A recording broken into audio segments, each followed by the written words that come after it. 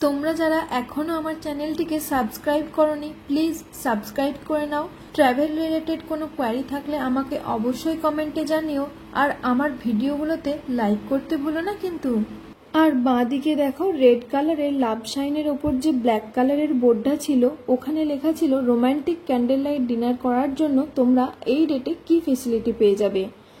Lobster ডিনারের জন্য ওখানে লেখা ছিল $85 পার পারসন, মানে যেটা ইন্ডিয়ান কারেন্সিতে প্রায় 7,000 টাকা এক একজনের, মানে দুজনের টোটাল 14,000 টাকা লেগে যাবে লবস্টার ডিনারের জন্য।